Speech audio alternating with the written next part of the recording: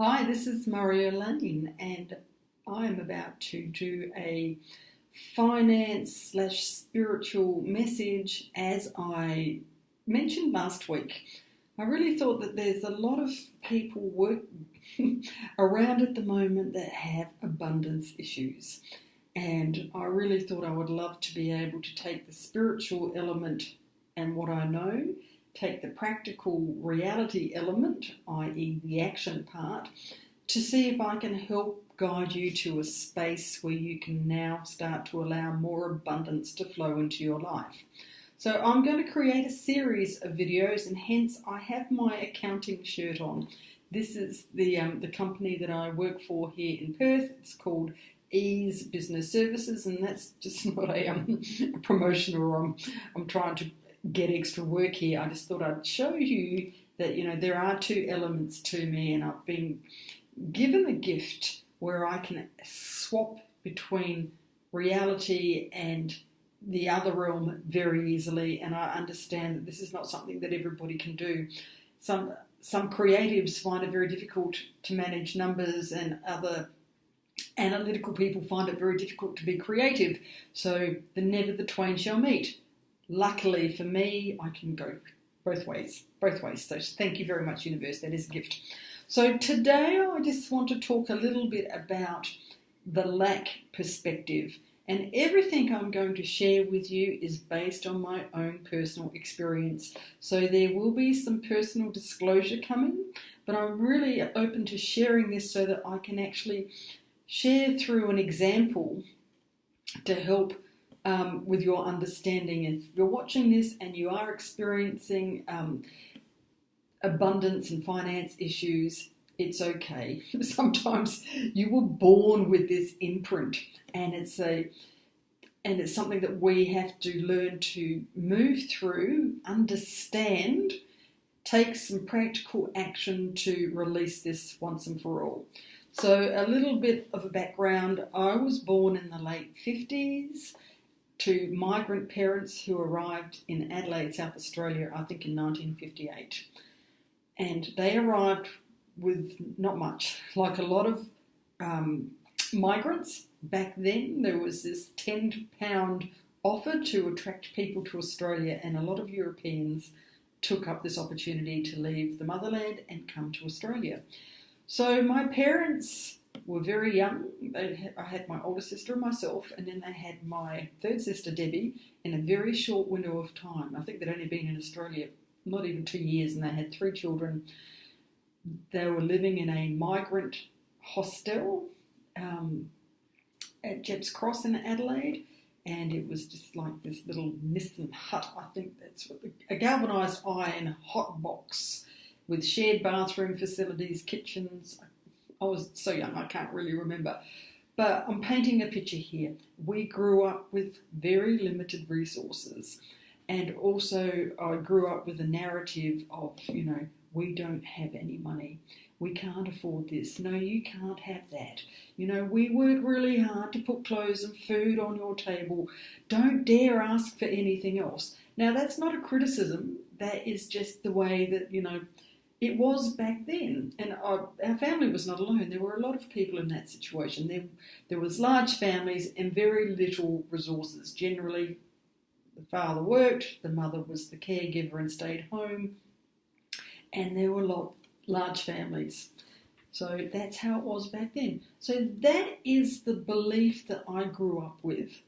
And money has always been or lack of finances has been a strong theme throughout my life. So much so that when I was old enough to leave school, I think I was 15, I was very bright at school, but I had to leave so that I could earn my own money. I needed to be able to, I was trying to basically control outcomes. And that was the start of a lifetime of ebb and flow. Money came to me, but more went out. And I've always been under some sort of payment plan throughout my life, spending more than I actually generated. And I have never been able to, well, that's not true. I have in relationships, been in the very fortunate position of being able to have two incomes, where that certainly helps with your abundance. But a lot of the time I have been, paying off debt, and it seems to be a theme that I have inherited. But I believe that part of my soul imprint was to learn how to navigate this poverty mindset. So now here comes the little bit of the spiritual side. This is my belief that I chose parents that were actually going to give me the gift of this mindset, and my purpose, so to speak, was to learn to overcome it. And it's been a long time. I think I'm finally getting there. But why I'm sharing this story with you is that, if you're watching this, I'd like you to think back about your mindset and your beliefs about finance and abundance. And do you have a similar story, perhaps? Was there a shortage in your childhood? What was the message that was imprinted into you at that time? Perhaps, like myself, you chose to have this experience of what it is like to be limited, because I feel that money does not give you happiness. We know that money gives you choices. And when you have this lack, you are constricted. Your choices are very limited. Now, I'm not complaining for a moment. I am still very blessed. Money has always arrived to help me meet my commitments, and it provides me with this beautiful space that I get to live in, and things always work out.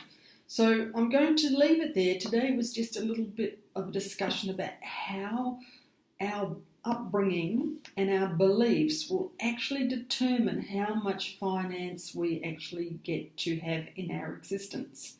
Now, I have a project, a little task for you, which we'll explore in the next video.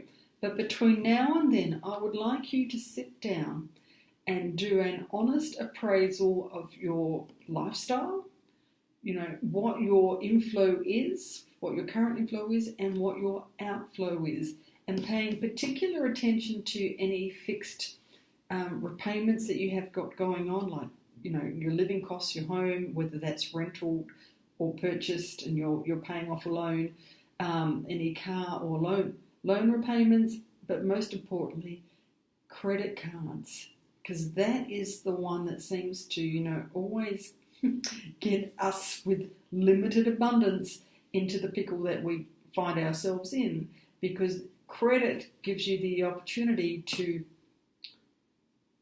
buy without having the funds, and you end up in this constant cycle of you get your item, you get your material possession, pay it later, then all of a sudden the gloss of that material item has disappeared, it's become the norm, but you still have that amount that you've got to pay off, and it seems to grow.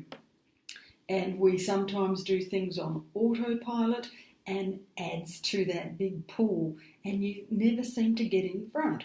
So that my next video is going to give you some strategies on how we can change it, but more importantly, how we feel about the money, because we can do all of these action plans, but unless we change the way we feel about our situation, nothing, and I don't mean to be Debbie Downer here, nothing will actually change. We have to really feel that we are worthy of our share of abundance, and then things will turn around. So, okay, thank you very much. Please leave a comment. I would love to hear how this message connects with you, if it does. And I look forward to sharing my next action plan, which is going to be more reality-based rather than the history and the spiritual element to why we sometimes find ourselves in this lack mindset. Okay, thank you very much. Bye for now.